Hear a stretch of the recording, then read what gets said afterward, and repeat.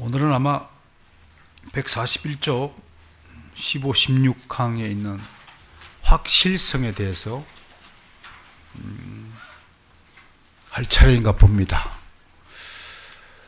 구원의 확실성, 구원의 확신, 이런 문제를 가지고 좀 다뤄야 됩니다. 오늘 말씀을 준비하면서 저는 믿음의 역할이 도대체 무엇인가 그런 생각을 좀 해봤습니다. 결국은 개인적으로 여러분 스스로가 내가 구원 얻는 믿음을 확실하게 선물로 받았다는 확신이 없다면 여러분들은 구원에 대해서 어떠한 믿음의 역할도 할 수 없을 것이다 라고 생각하는 것입니다. 교과서 교재 내용을 좀 읽고 우선 살펴보도록 하겠습니다. 15, 16항을 한꺼번에 제가 제목을 확실성이다 그렇게 지었습니다. 첫 번째, 하나님은 그의 약속에 대한 온전한 믿음을 우리 가운데 얻으시길 바란다. 약속에 대한 믿음이다. 우리가 믿음 그러면 성경에서 믿음이라는 단어가 제일 먼저 나온 것이 어디입니까? 아브라함이 하나님을 믿으니 하나님이 그를 의로 여겼더라. 15장 6절에서 믿는다 하는데 히브리서 기자가 아브라함의 그 믿음을 하나님의 약속을 믿는 믿음이다 라고 정의한 바가 있습니다. 무엇을 믿는 믿음이냐? 그럼 저는 하나님의 약속을 믿는 믿음이다. 아브라함은 그 하나님의 약속 그 하나만을 의지한 채 갈 바를 알지 못하고 가나안 땅으로 향하여서 걸음을 내디뎠다라고 하는 것입니다. 시편 12장 6절 같이 읽습니다. 시작. 여호와의 말씀은 순결하며 흑도관 위에 7번 단련한 은 같았다. 18장 30편요. 여호와의 말씀은 순수하니 저는 자기에게 배하는 모든 자의 방패시로다. 순결하다, 순수하다, 순전하다, 진실하다 같은 뜻입니다. 하나님의 말씀은 조금도 의심할 바가 없습니다.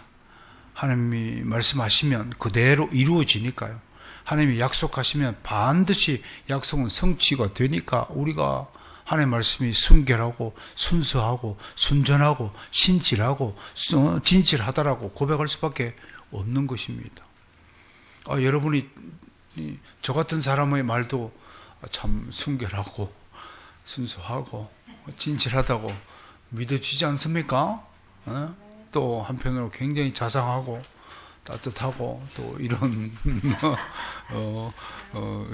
가끔 이제 그런 경향도 보이잖아요. 그런데 왜 믿어주시니까 그게 믿음이라는 거죠. 두 번째 보세요. 하나님의 긍휼하심을 너무나 좁은 의미로 생각하기 때문에 과연 자기에게 긍휼을 베푸실까 의심하고 근심과 걱정에 시달린다. 이런데 믿음은 충만한 확신을 가져다 준다라고 말하고 있습니다. 이런 거예요. 왜 의심하고 흔들리느냐? 하나님의 약속을, 하나님의 긍휼하심을, 하나님의 사랑을, 자비하심을 그게 저 사람한테는 일어났지만 나한테까지도 설마 올까? 올까? 그 옛날에 적당한 비유인지 모르겠지만 여러분 그거 알잖아요. 복권 1등 당첨된 사람이 한 번도 내가 1등에 당첨될 것이라고 생각을 안 했는데 옆집 사람이 2등에 당첨됐다고 하는 소리를 들으니까 갑자기 2등에 당첨되니까 1등도 당첨될 수 있겠다 그러고 샀더니 1등에 당첨됐다고 하는 말이 있는데 복권 얘기하는 게 눈이 이제 버쩍 떠진지 모르겠지만 적절한 비유는 아니지만 그냥 우리 모두에게 일어날 수 있는 기적은 나한테도 일어날 수 있다. 그런 거예요. 좀 이따가 드릴 말씀이 좀 있지만 결정이 되면 어쩌면 이번 주 토요일부터 또 우리가 노가다를 해야 될지도 모릅니다. 그건 좀 이따가 이 기적 같은 이야기를 제가 말씀을 드리겠습니다만 어떻든 왜 근심이 생기고 의심이 생기느냐? 하나님을 확신하지 못하기 때문에 그렇다. 그러니까 믿음이란 그런 거예요. 마치 미래의 일, 앞에 보이지 않는 일을 뭔가 추진할 때는 똑같이 모르는 거예요. 무슨 일이 일어날지 누가 어떻게 알아요? 그런데 뭐가 다르느냐? 담대함이 다른 거예요. 담대함이. 그 담대함이 어디 있냐? 그 밑에 보면 에베소서에 있는데요. 에베소서 3장 12절 말씀이에요. 시작. 우리가 그 안에서 그를 믿음으로 말미암아 담대함과 확신을 가지고 하나님께 나아감을 얻느니라. 여기 담대함이 용기라는 건데요. 이게 참 묘한 겁니다. 여러분 보세요. 믿음이 없는 사람이 믿음을 가지고 담대하게 행동하는 사람들을 딱 쳐다보면 뭐라냐면요, 그냥 무작백이에요. 참 대책 없는 사람처럼 보여요. 다시 설명합니다. 믿음이 없는 사람이 믿음을 가지고 강하게 담대함으로 무서움도 없이 뭔가의 일을 탁 저질러는 사람들 보면, 야, 저 대책이 없다, 저거. 좀 막무가내네? 라고 보여줄 수 있는 그런 일이 담대함에, 믿음의 담대함에 포함된다는 거예요. 여러분, 작은 일이지만요, 우리가 어떤 행동을 결정할 때 참 이런 일이 많이 있습니다. 저의 결정이 옳은 것이 아니라 저는 하나님의 결정이 옳다고 믿기 때문에 하나님을 의존합니다. 저기서 이쪽으로 옮길 때도, 그런 일들, 학원을 이곳에 개설할 때도 보세요. 믿음은요, 몽고메리 보이스 목사님 이렇게 이야기했어요. 참 재미있는 거예요. 가장 부자연스러우면서도 가장 자연스러운 일이다. 여러분, 세상 사람들은 무엇을 쳐다보고 평가하냐면 이성적이거나 자기 이성적인 능력으로 이해할 수 있는 일을 전제를 합니다. 상식적인 것이 되어야 이해를 합니다. 근데 진짜 믿음의 일이 왜 그들에게 부자연스럽냐면 도저히 이거는 이성 합리적으로 이해하는 것을 초월하기 때문에 그렇습니다. 여러분, 이스라엘 사회에서 믿음이, 예수님 공생애 중에서 가장 믿음이 폭발할 때가 언제였습니까?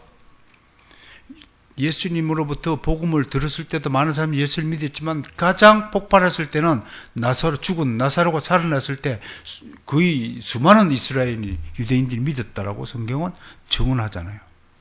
그런데 그 죽었던 나사로가 부활하는 것이 자연스러운 일입니까? 부자연스러운 일입니까? 당연히 부자연스러워요. 당연히 상식적이지 않은 일이죠. 근데 믿음에는 이런 일이 일어난다 이겁니다. 그 세상 사람들 입장에서는 이게 당체 이해가 안 되는 거예요. 그게 얼마나 부자연스러운 일입니까?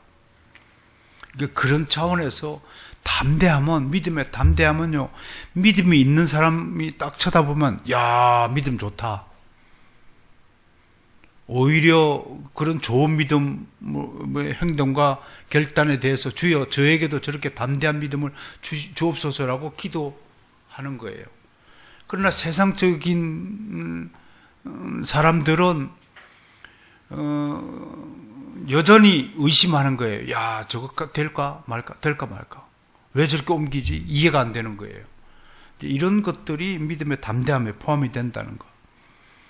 그러니까 왜 오늘 믿음에 대해서 의심하고 하느냐를 지금 다루고 있는 거예요.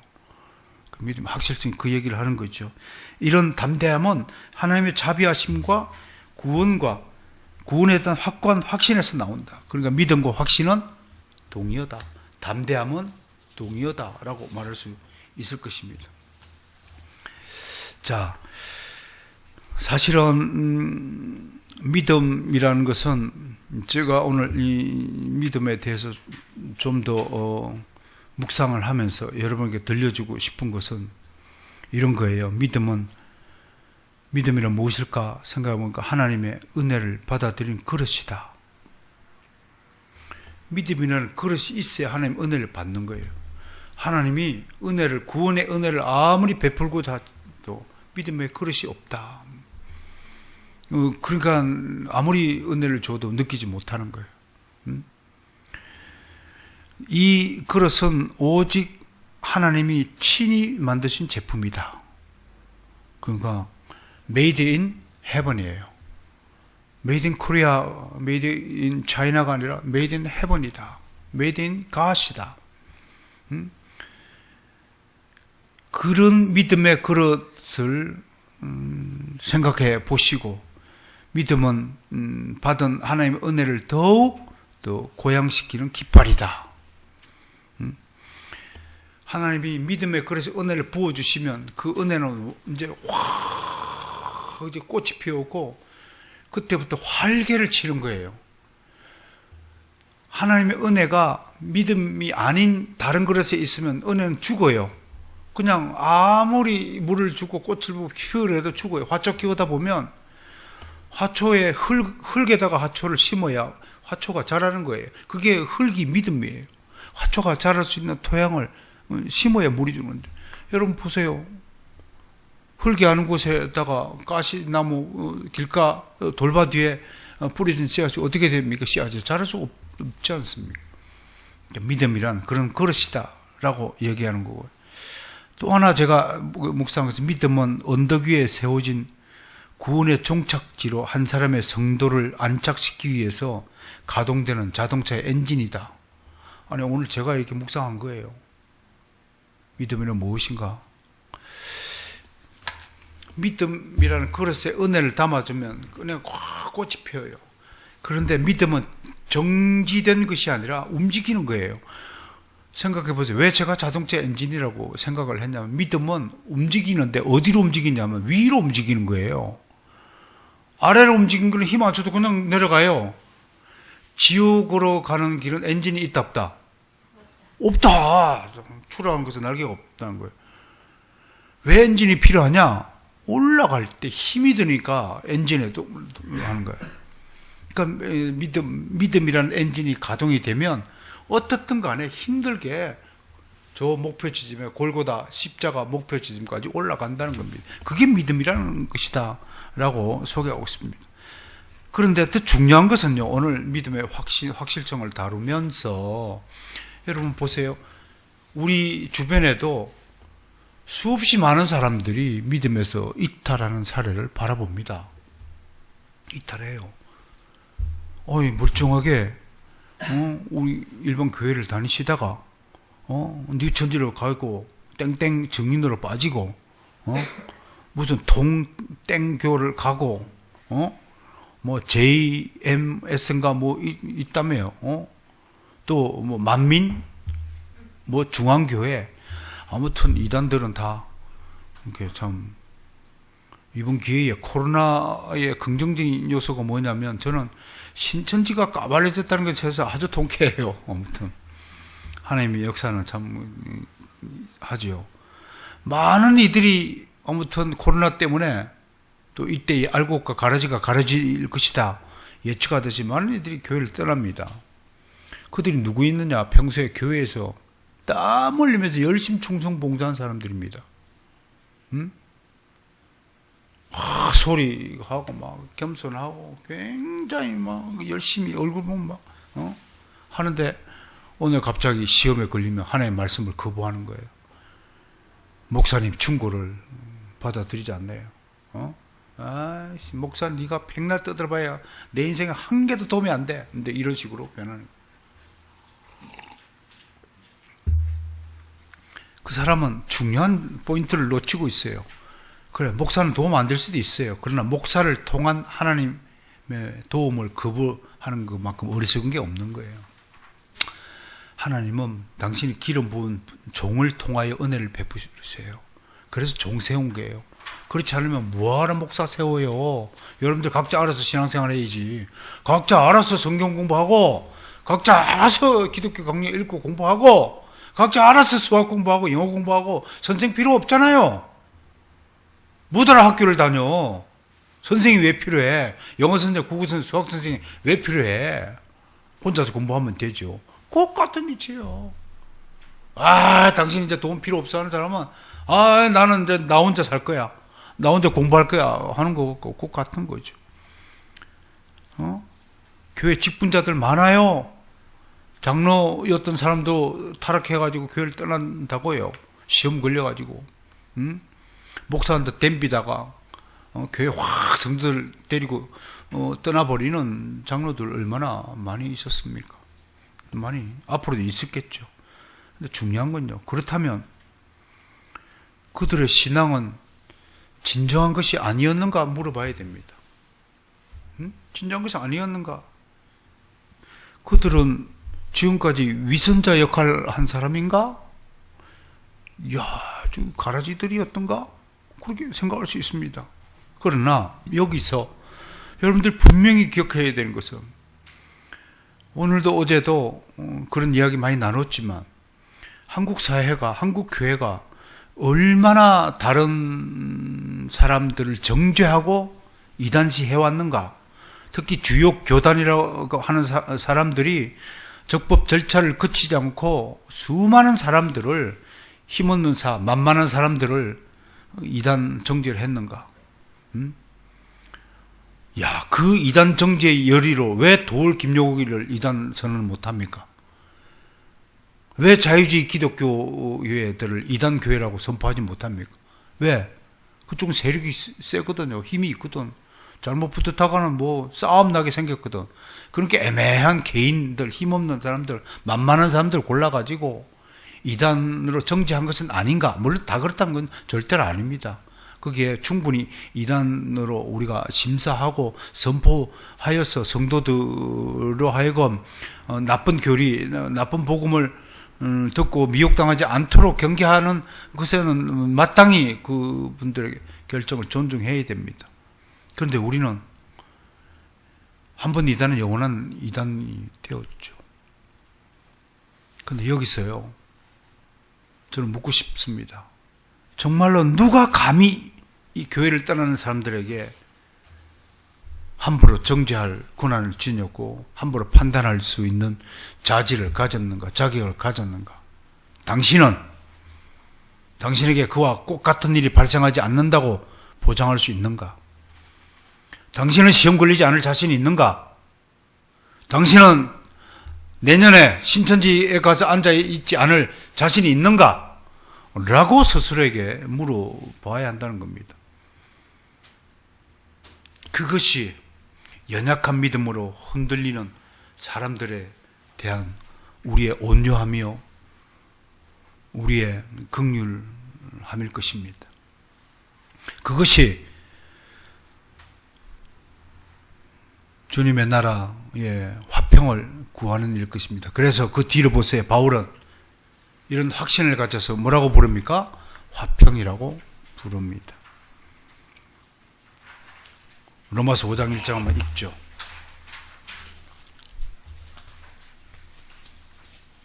로마서 5장 1절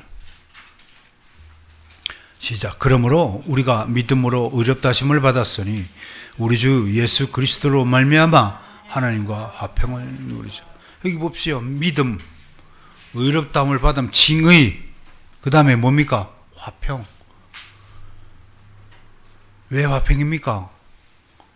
믿음은 확신이고 이 확신은 담대함이고 담대함이 있으니까 용기가 생기니까 두려움이 없잖아요. 두려움이 없으니까 평안한 겁니다. 사람마다 이 담대함, 용기가 약간 틀리긴 틀리는데요. 어떤 사람은 혼자서 집에서는 잘 놀고 막 잘난 척 하다가 그런 속담도 있잖아요. 멍석 깔아두니까 벙어리 된다고. 혼자서는 잘 놀다가 무대에 내서면 얼음이 돼가지고 입 한번 벙긋 못하는 사람을 보면 뒤에서 저 등신 그러잖아요. 사람마다 다 다른 거예요. 두려움도. 평소에는 막 믿음이 좋은 것처럼 막 떠들다가도 결정적일 때, 몇 가지 특징이 있어요. 결정적일 때 그 사람이 어떻게 반응하는가를 딱 보면, 배신자인지 아닌지 알 수 있어요. 적어도, 주님을 배신하지 마십시오. 저 최다 목사를 배신할 수는 있어도요, 우리 주님을 배신하여서 지옥으로 떨어지는 자가 되지는 말아야 되지 않겠습니까? 응? 그게 우리 인생의 목적이잖아요. 솔직히. 여러분, 우리 80, 90 평생 살면서 여러분들이 돈을 모으면 얼마나 모으겠습니까? 여러분들이 좋은 집에 살고 싶으면 얼마나 좋은 집을 지어야 살겠습니까? 들어 누울 한 평 반짜리. 저는 덩치가 좀 있으니까 한 평 반 돼야 되고, 여러분들은 덩치차가 한 평만 있으면 되고, 그런 것도 아니겠습니까? 그거면 충분할 터인데, 이제 그런 차원에서 우리가, 그릇이 좀 다르다. 그럼에도 우리가 그 연약한 사람들을 좀 이해하고, 그분들을 좀 추스려주고, 그분들을 좀 다독여주는 것을 화평을 이루는 일이 아닐까 한번 생각을 해보는 것입니다. 아무튼 이 확신은 하나님의 판단 앞에서 양심을 고유하고 평화롭게 만들어 준다고 하는 것입니다. 사실은 이 담대함은 확신에서 나오는 것인데, 여러분들에게 주어진 그 믿음의 그릇과 그 그릇에 담겨진 하나님의 은혜와 그 은혜로 말미암은 강력한 담대함과 확신과 또 평안함이 절대로 사라지지 않을 것이라고 믿으시기 바랍니다. 그러니까 이런 겁니다. 정말 이게 맞는 소리인지는 모르겠는데요, 혹시 코로나에 걸릴지도 몰라 그럼 걸려요. 왜? 그게 저 같은 경우는 거의 의식하지 않거든요. 그게 뭔데? 그런단 말이에요. 그런데 조금만 몸이 어서서하고 이거 코로나가 아닌가? 그럼 진짜 코로나야. 왜? 이게요, 꼭 맞는 소리는 아니지만요, 이게 하나님의 하나님이 주신 질병은 누가 걸리냐면 의심하는 자에게 걸려요. 연약한 자에게 걸려요. 그 담대함은 결정적일 때 보면 알아요. 결정적일 때, 물론 결정적일 땐 아니든 간에 이럴 때 청결하고 규칙을 지키고 마스크 쓰고 다니면 좀 제발 쓰고 다니고, 너도 마스크 하는데 멀리 떨어져 있으니까 괜찮아요. 멀리 떨어져 있으니까 괜찮고, 바깥에 밥 먹을 때는 좀 신시처럼 막 팍팍 하고 뱉지 말고 좀 가리고 먹고, 나야 뭐 두렵지 않아요. 뭐 해도 올 때는 얼굴이 튀어야지고, 얼굴 침이 튄다니까. 침이 많은 사람이 있어요. 침이 많은 사람이 있어요. 밥알 튀긴다고 밥 먹을 때 말도 하지 말라고 하는데, 아니 그런 기본적인 수칙을 좀 지키고 상대방을 배려하고 이럴 때는 좀 멀리 떨어져 있고, 여기 오실 때 오늘 같이 수요일에 다 여러분 다 방역하고 온도 재고 체크 다 했잖아요. 그렇게 여기도 방역 다 했어요. 우리는 월수금 일주일에 3번 합니다. 어떤 학부모가 거기는 바이러스가 놀래갖고 도망가겠다고 할 정도로 많이 합니다. 그러니까 어떻든 우리의 성실함은 뭐 언제든지 그런 태도를 보여야 되지만, 여러분 꼭 맞는 소리는 아니지만 의심하지 마세요. 그리고 걸려서 죽으면 I'm happy. 빨리 가잖아요. 빨리 하나님 만나러 가는데 뭐가 두려워요. 4월 1일 날 스코틀랜드의 존 머레이 목사님 코로나 바이러스에 걸려서 돌아가셨더라고요. 85세니까 우리나라 나이로 86세, 7세쯤 되는. 에딘버러, 스코틀랜드 에딘버러 프리처치 담임 목사님 있었어요. 미국 웨스트민스터 존 머레이하고 좀 다른 분인데 동명이인인데,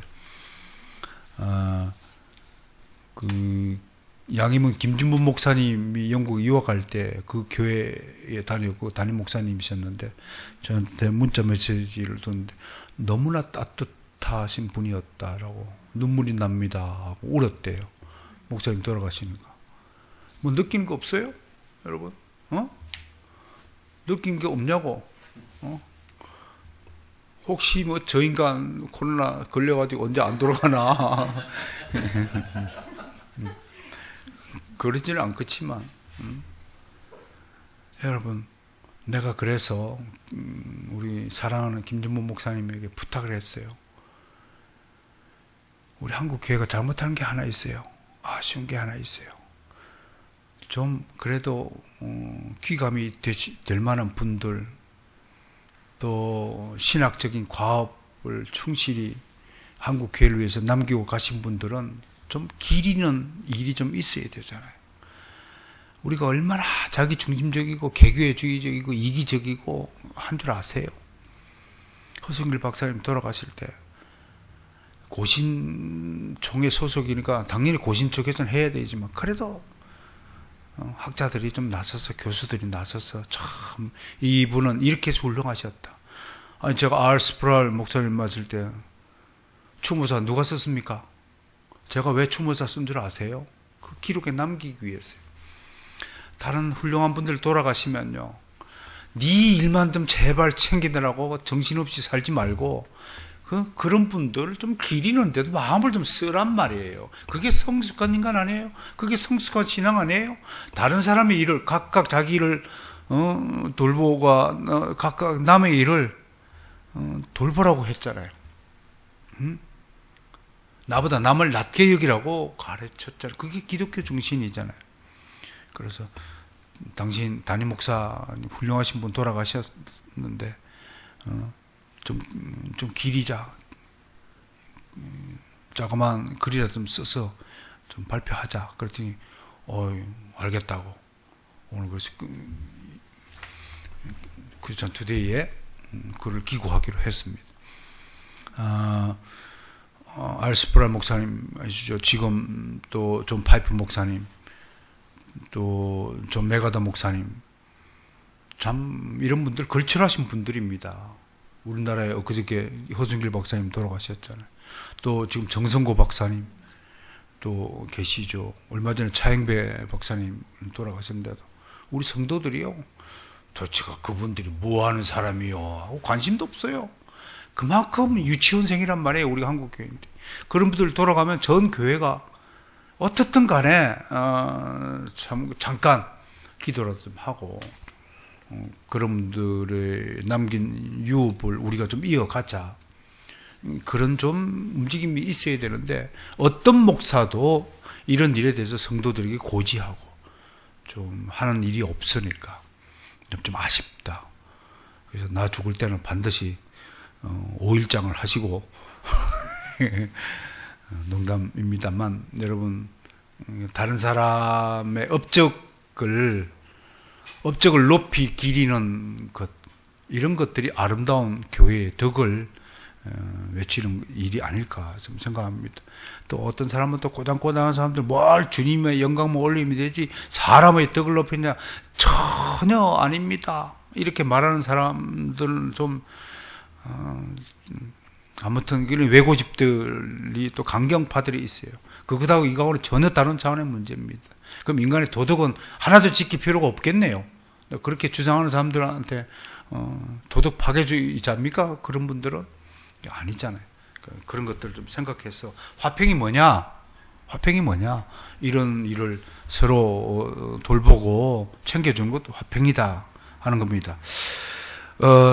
마지막 네 번째 부분입니다. 참된 신자는 하나님이 친절하고 자비하신 아버지라는 든든한 확신을 가지고, 여러분의 하나님은 친절하시고 자비하신 하나님이세요?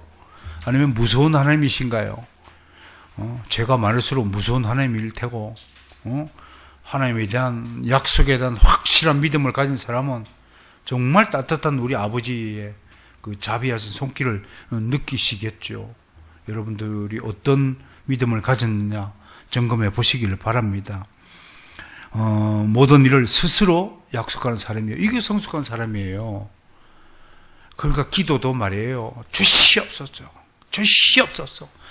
어릴 때는 맨날 달라고 하는 기도만 드리다가 아버지 성숙해지면 아버지 제 스스로 이런 일을 할 수 있도록 도와주시면 감사합니다. 장성한 아들한테도 일일이 이거 해라 저거 해라. 요새 신씨가 제 옆에 있으면서 코로나 때 제 옆에 있으면서 많이 훈련 받습니다. 응? 왜? 일하는 습성이 어릴 때부터 몸에 안 배어가지고 일을 하면 착착착 정리 좀 여부터 쫙 하루 이게 왔다 갔다 눈으로 쫙 보면 해야 되는데 눈뜬 봉사야. 뭐 그 라면 빈 그릇이 있으면 이렇게 치워야 되잖아 생각이. 어? 훈련받은 사람은 아 저기 있구나 하고 치우면 되잖아. 그냥 같이 나가. 그 눈뜬 봉사지. 훈련이 안 된 거지. 외아들 증후군이라고 그래요. 이거를. 외아들이 그래요, 진짜로. 본인은 모른단 말이에요. 공동체 생활 딱 해보면 딱 그게 드러나요. 왜 이런 얘기를 하냐면, 스스로 약속하는 사람이다. 이 정도 수준까지는 올라야 된다. 여러분 미안하지만, 우리가 개혁교회 깃발을 들고, 이 한국 교회 안에 서 있잖아요. 사실은 바로선 개혁교회 깃발이 여러 4만여 교회의 깃발 가운데 하나일 수도 있지만 생각을 해보세요.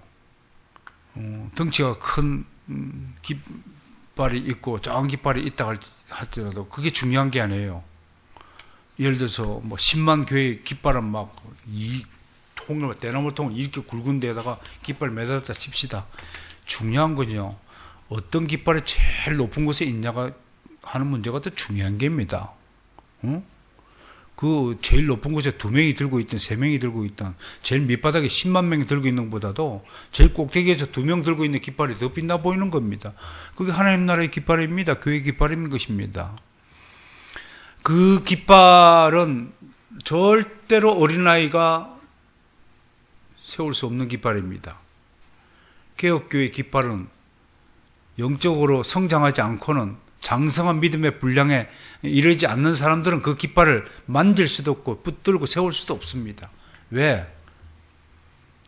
꼭대기 올라가면 밑에보다도 바람이 더 셉니다. 세차게 부니 어린아이가 그 깃발을 어찌 붙잡고 있을 수 있습니까?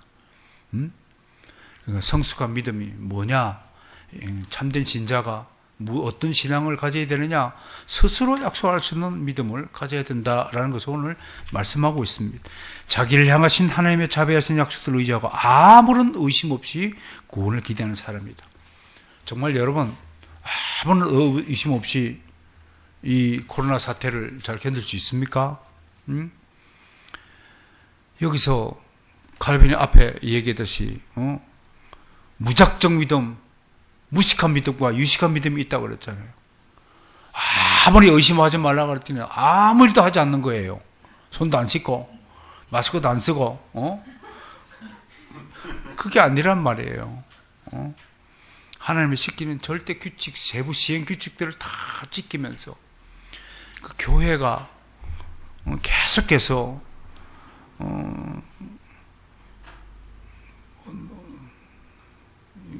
주변에 계신 목사님들이 이럴 때 어떻게 해야 됩니까? 자꾸 물어요. 그렇게 묻는 데는 아마 2가지 저는 이유가 깔려 있을 것이라고 봐요. 사람은 쭉 해오던 일들을 하루아침에 바꾸기를 거부해요. 그 구본영 씨라는 작가가 익숙한 것들과의 결별이라는 책을 통해서 밝혔잖아요. 쭉 해당해서 함께 모여서 예배 드리다가 이 비상 상황이 발생했네? 그러니까 어떻게 해야 될지 매뉴얼이 없는 거예요. 그만큼 한국교회가 어리다고 할 것입니다. 어린 사람은 무슨 급박한 일이 나면 어찌할 줄 모르는 거예요. 그러나 기성정결을 평소에 훈련받은 사람은 비상상이 발생하면 뭐부터 해야 되겠구나 착착착착 처음엔 약간 좀 당황할 수도 있지만 곧바로 정신을 차리고 착착착 일 처리가 착착착착착 처리가 되도록 훈련이 되어 있는 사람이에요. 무슨 말인지 아시겠어요? 그러니까 이런 것들을 좀 생각하시면서 성숙한 교회, 성숙한 신자, 의심이 든다고 할지라도 그것을 하나님의 약속을 굳게 믿는 믿음으로 극복할 수 있는 힘, 담대함, 이런 것들이 주변에 평소에 잘 깔려 있어야 되고, 그리고 결정적일 때 순교할 기회를 맞았으면 할렐루야 순교, 이야 순교할 기회를 잡았다, 이런 그 강한 순교에 대한 열망으로까지 나아가야 그게 어른 믿음이라 하는 거예요. 그렇지 않으면 다 어른의 코올리게 믿음이에요. 엄마는 무서워라. 그러니까 여러분, 길거리에 가다가 넘어지면 아프죠. 아픈 건 꼭 같은 거예요. 그런데 어른과 아이가 차이가 뭐예요? 아이는 그냥 우는 거예요. 아프다고. 어른은 아파도 어른이니까 안 아픈 척 하는 게 어른이란 말이에요. 아프지 마. 그게 어른이란 말이야. 결정 때 무슨 일이 일어났을 때 앉아서 엄마 하고 하면 애지요. 근데 우리 신자들이 어떻냐고요? 골라섰을 때. 여러분 보세요. 이렇게 항상 기독교는 두 가지 상황을 예정대 이중 예정이잖아요. 두 가지 대립의 요소가 두 기둥처럼 서 있잖아요. 하나님의 주권과 인간의 자유의지. 예수님의 신성과 인성이 두 대립된 요소가 있는 것이잖아요. 그런데 이 대립된 요소가 신비하게도 예수 그리스도 안에서 하나로 연합되어지고 하나가 된다고 해지잖아요. 그러니까 이런 것들을 생각해 보시면 어른 믿음과 장성한 믿음과 어린아이 믿음이 어떻게 차이가 나느냐를 생각해 볼 때 개혁교회의 목표는 장성한 믿음의 분량에 이르는 것을 추구한다는 점을 다시 한번 강조를 드리는 겁니다. 그러면서 또 잠시 흔들릴 수는 있지만 우리가 붙잡은 것은 하나님의 우리 견인 교리에서 배웠잖아요. 그렇죠? 하나님 끝까지 우리의 믿음을 보존해 주신다. 그 도르토 신조를 제가 잠시 소개해 왔는데, 도르토 신조 제5장이 성도의 견인이고 제3조 이렇게 되어 있습니다. 우리 안에 남아있는 죄들로 말미암아, 또한 이 세상과 사탄의 유혹으로 말미암아 회심한 이들도 만약 자신들만의 힘만을 의지한다면 하나님의 은혜 안에서 끝까지 참고 견디지 못할 수도 있다. 시험에 나락에 떨어질 수 있다는 거예요. 그러니까 아무도 다른 사람의 실추나 타락이나 잠시 이탈을 두고 정죄하거나 손가락질하거나 위선자야, 사탄의 자식이야, 마귀의 자냐 하면 안 된다는 거예요. 하지만 하나님은 신실하시다. 그분은 그 과정에서 그들을 끝까지 자비로 붙드시고 능력으로 보호하신다. 그러면서 헤인즈라는 학자가 참 은혜로운 말을 해서 여러분 소개합니다. 은혜를 받는 것도 은혜입니다. 받은 은혜 안에 계속 머무는 것은 더 큰 은혜입니다. 여러분, 처음으로 돌아갑니다. 오늘 강의 처음으로 여러분에게 믿음의 그릇을 주셨습니다. 그 믿음의 그릇이 있기에 하나님이 지금도 자비와 사랑과 은혜를 그 그릇에 듬뿍 주십니다. 그 은혜의 그릇을 점점 키워가야 합니다. 더 많은 은혜 충만이 되어지기를 원합니다. 여러분, 그런데 더 중요한 것은 여러분, 작은 물건을 들고 올라가는 것이 쉽습니까? 큰 물건을 들고 올라가는 것이 쉽습니까? 작은 물건을 들고 가는 게, 그런데 우리는 큰 그릇을 가지고 올라가야 합니다. 그래서 믿음 생활이 힘든 겁니다. 나 혼자 힘으로 그것을 들고 지고 올라가려면 철로역정의 크리스찬처럼 가다가 넘어지고 굴러 떨어지고 실추하게 되어 있는 겁니다. 이럴 때 성령님은 자동차를 준비해 주셔가지고 자동차에 실어서 꼭대기까지 올라갈 수 있도록 도와주신다고 하는 것입니다. 그래서 이렇게 고백하는 거예요. 히브리서 3장 14절 그 밑에 있는 거 봅니다. 시작. 우리가 시작할 때 확실한 것을 끝까지 견고히 잡고 있으면 그리스도 함께 참여한 자가 되리라. 그 다음에요. 내가 확신하노니 사망이나 생명이나 천사들이나 관세들이나 현재일이나 장래일이나 하나님의 사랑에서 끊을 수 없느니라. 베드로전서 1장 4절과 5절입니다. 썩지 않고 더럽지 않고 쇠하지 아니하는 유업을 잊게 하시나니. 뭘 잊게 한다고요? 영원히 사라지지 않는 유업을 잊게 하신다. 이미 우리는 영원한 유업을 받은 자고, 그걸 우리가 하나님의 상속자라고 하는 거예요.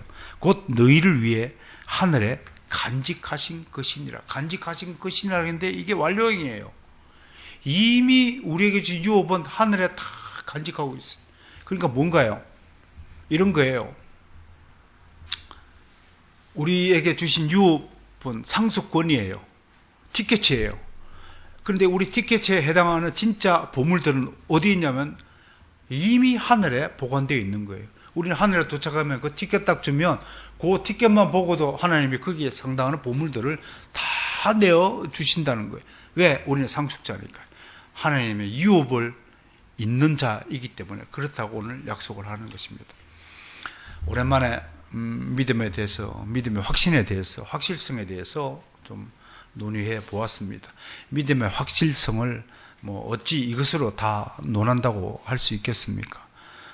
그러나 여러분 기독교 강요의 2장에 3권 2장에 있는 믿음장을 하나하나 뜯어보시면서 정말 나에게 주신 이 믿음이 그렇게 고귀한데도 불구하고 내 믿음의 그릇에 하나님 은혜가 너무나 없구나.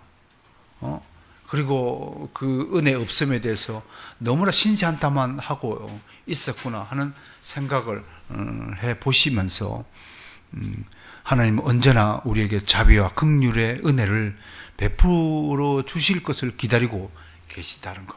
그리고 좀 더 담대한 믿음을 가지시기를 원합니다. 그런 것들이 바로 기독교 강요 믿음을 통해서 얻을 수 있는 교훈이 아닐까라고 생각합니다.